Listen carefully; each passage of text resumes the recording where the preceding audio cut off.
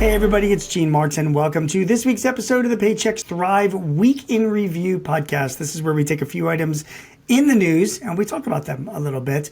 This week, actually, I got a lot of news items to talk to you about. Usually I only have like 3 items, but this week there's a lot that was going on and I want to share them with you because they impact both you and me as business owners. So let's get right to it, shall we? The first item comes from Fortune.com, a new study that came out that said that bosses are catching on to their overemployed staff.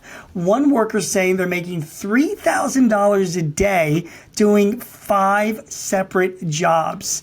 So here's what the article says. It says, if your current salary isn't cutting it, you're not alone. Thousands of workers are turning to overemployment, juggling multiple full-time jobs and, in some cases, raking in over $500,000 a year. This trend has grown in popularity, especially among tech companies that have exhibited remote work. With AI, the walls of tech are coming down. One user about this wrote on Reddit. So what do you think about that? You've got an employee full-time, probably working remotely, and they're doing other jobs in addition to yours. Do you care? Well, personally, I don't. In fact, I just recently hired a really great employee, a remote employee outside of, in Florida. And I've also encouraged them. I said, listen, as long as you're getting your work done for me, even as a full-time employee, I'm okay with you doing outside work if that's something that you want to do. Technology allows people to do just that. And for me, it's all about getting results, not necessarily about punching a clock. Well, talking about punching a clock, there is another article that was on Fortune.com this week that sort of had the opposite thing to say. It was all about remote workers. According to new data from the Bureau of Labor Statistics, remote workers are working 2.5 hours fewer per day than workers that are coming to the office the entire time. So these remote workers themselves seem to be working less time than those people that are actually in the office. So according to Fortune.com, bosses' suspicions that TV binging remote workers may be right. Research reveals employees clock in 2.65 fewer hours on the job while working from home compared to their in-office counterparts. Despite the appeal of flexible schedules and some myth busting, it has been found that remote staffers can be less productive, fake work, and watch movies on the job. Now, again, does that impact you? Does that bother you if a remote worker is working that much less?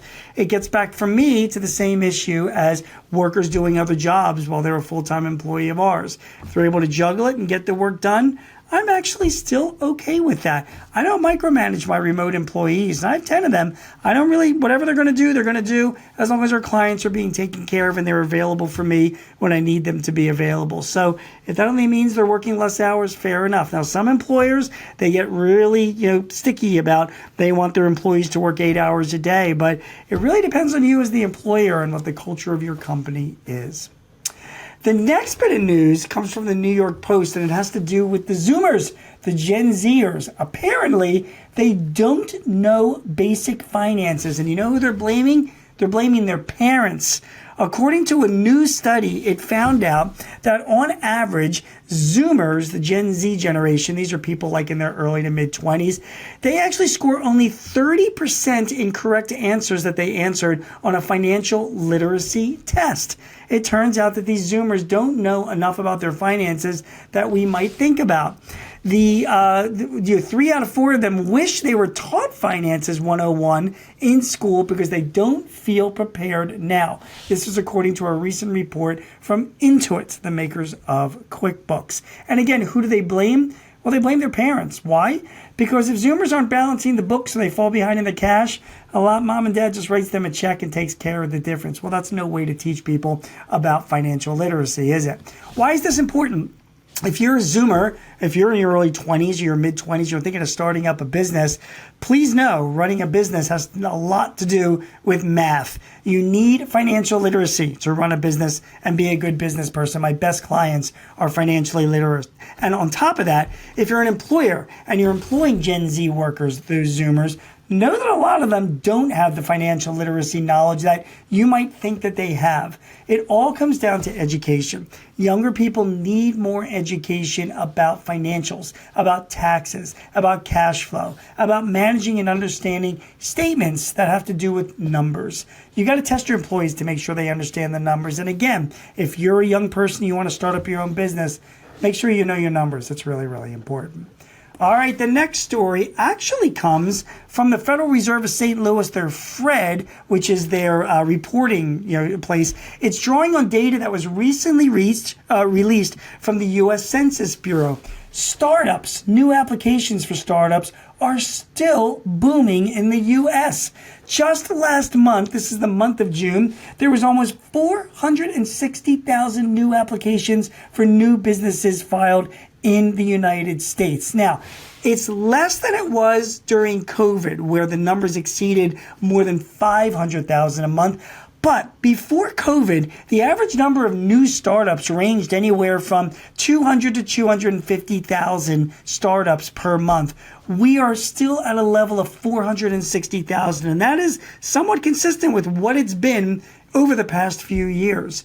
Americans are starting up businesses at a breakneck pace, and it doesn't come as any surprise to me. It's easy to start up a business. A lot of people are doing side gigs to make extra money. Some of it are doing it to put money in their pockets. Others are doing it to pay the bills in these inflationary times. Some, like those remote workers I talked about earlier, might have a few extra hours to do a side gig from home. And plus, it's so easy to start up a business nowadays. The technology, the filings, it's a very easy thing to do. That's why we're seeing so many new entrepreneurs in this country. So startups in America, entrepreneurism in America, still very, very strong. Finally, my news comes from the National Federation of Independent Businesses. They won a lawsuit last week, and they're really happy about it. It was against the FTC and the FTC's automatic renewal law.